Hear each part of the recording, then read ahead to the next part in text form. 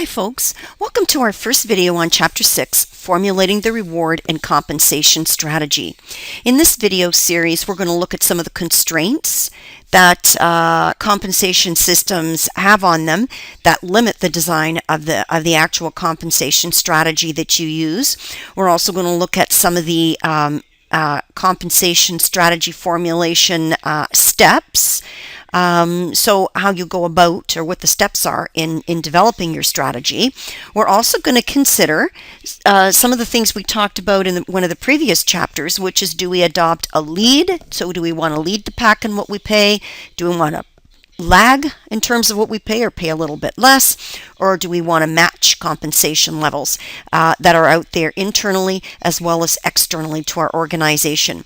We also want to apply the strategy that we actually formulate in our organization to specific organizations, and we're going to show you how it can be applied to not-for-profits as well as private sector organizations. And then we want to look at how to evaluate a compensation strategy before you implement it. So there's 3 key things you need to consider. And then our last video is going to look at some special issues involved in compensating contingent workers, executives, and international employees. So let's begin.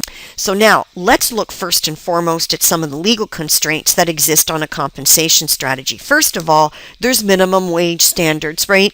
So here in Ontario, it's $10.25 an hour. You can go to your provincial or your state employment standards or labor board site, and they will tell you what the minimum wage is, right? So we need to make sure that we pay at least that much. So that's a constraint. I'm sure some companies, if they could, would pay less, but it's a constraint. It's a minimum, right? Don't forget, trade unions also have an impact on why you're going to compensate people, because you can't, as an organization, pay people less than what you've said you would based on what's in the collective labor agreement, right?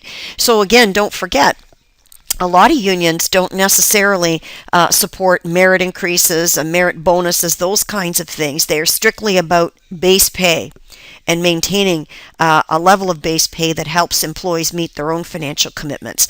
So again, a lot of this is crafted in the collective bargaining process. So once that agreement is signed, that means you've made a commitment to pay employees or to compensate them in accordance with that collective labor agreement.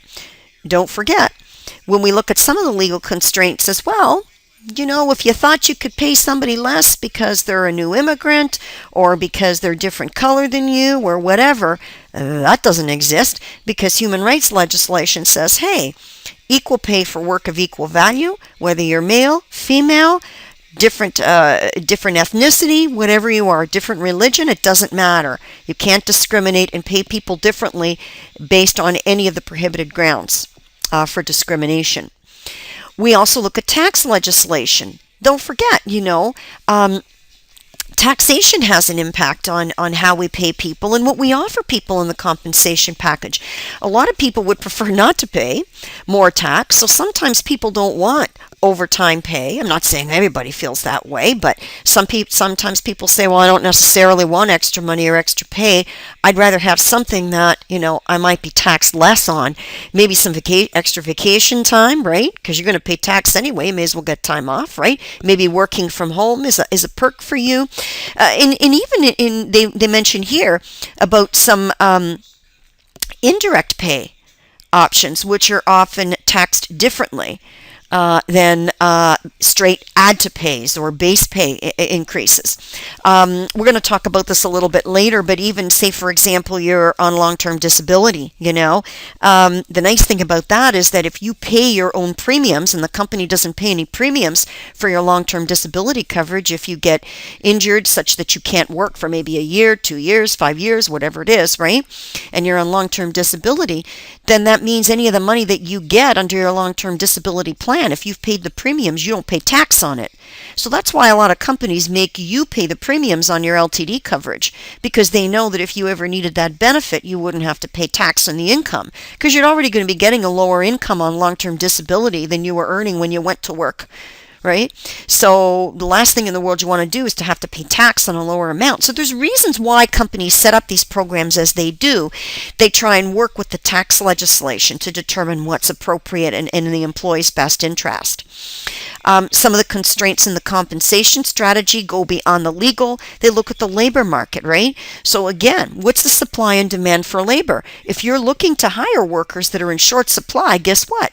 You might have to pay more to get them. If there's an abundance of workers in the area for positions that you want to hire for, then you don't have to necessarily lead the market, right? And what you pay. You can probably pay, what the market is paying to attract them. So maybe it's a match strategy. So that's going to determine how much you pay. It depends on the availability of labor in the marketplace. Products or services. Is there a demand for your product or service, or is there not? Right? If there's huge demand for your product or service, then, you're probably making enough money if you're able to control your costs reasonably that you can afford to pay more. But again, it depends on the kinds of employees you're trying to attract and whether or not you want to promote membership behavior and have them stay. But the idea is if your products and services aren't very marketable right now and you're looking to change them, then you may not be able to pay as much in some positions as you might want to, because you might want to reserve that money to retrofit some of your products and services to suit what the consumer's needing. Then what about where your company stands financially? Are they profitable or not? Are they in a maturing growth period? So maybe they're kind of starting to plateau. Maybe they may be phasing out. What kind of funding do they need? Do they need more shareholder funding, more bank funding? Where are they going to get their funding? So all of these things might also contribute to how much a company can afford to pay you, right? We also have to look at the steps in formulating a compensation strategy, and here we've outlined 5 of them. Determining what the required behavior is from our employees. So we need to determine, do we want people to demonstrate more task, member, or citizenship behavior? That's going to determine the elements in our compensation strategy and how we compensate. What's the role of compensation going to be? Are we going to rely more on intrinsic, extrinsic? What do we want to do? What's the compensation mix going to be? So again, we look at intrinsic, extrinsic. Are we going to look at base pay? Are we going to look at bonuses? Are we going to look at what? What about the compensation level that we're going to select? So if we consider compensation level, we have to consider, are we going to lead, lag, or match the market? So do we want to lead, pay more? Do we want to lag, pay a little bit less, knowing we offer them a better life once they come to us? Or are we just going to match? It depends on the job and how difficult labor is to get. And then how do we evaluate our compensation strategy? So there's 3 key elements that we need to consider. So in our next video segment, we're going to look at each of these steps in detail. So stay tuned.